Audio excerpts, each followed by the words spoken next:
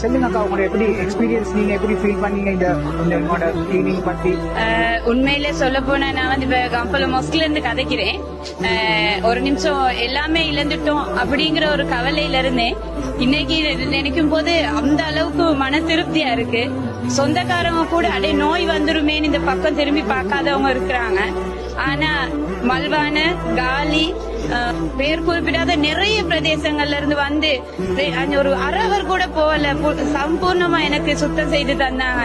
உண்மையில எனக்கு இப்ப அந்த தண்ணி வந்துச்சு, சாமான் போயிடுச்சுங்கிற எந்த கவலையுமே இல்லாம அவ்வளவு மன திருப்தியா இருக்கு. எங்களுக்கு இவ்வளவு சொந்தங்கள் இருக்கிறாங்க. அனைத்து சொந்தங்களும் இல்லாத போது இவ்வளவு நிறைய மனுஷர் எங்களுக்கு உதவி செய்ய இருக்கிறாங்களே அப்படின்னு இருக்கிற நேரம் இழந்ததெல்லாம் ஒரு பெரிய விஷயமே இல்லைன்னு நான் நினைக்கிறேன். உண்மையிலே நன்றி. அவங்களுக்கு கோடி புண்ணியம் கிடைக்கும்னு நான் நம்புறேன்.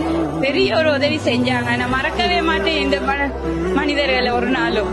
சாப்பாடு கூட இல்லாம இன்னைக்கு வந்து அப்பெல்லாம் அழகா செய்து தந்துட்டு போனா, முகம் சுளிக்கவே இல்லை.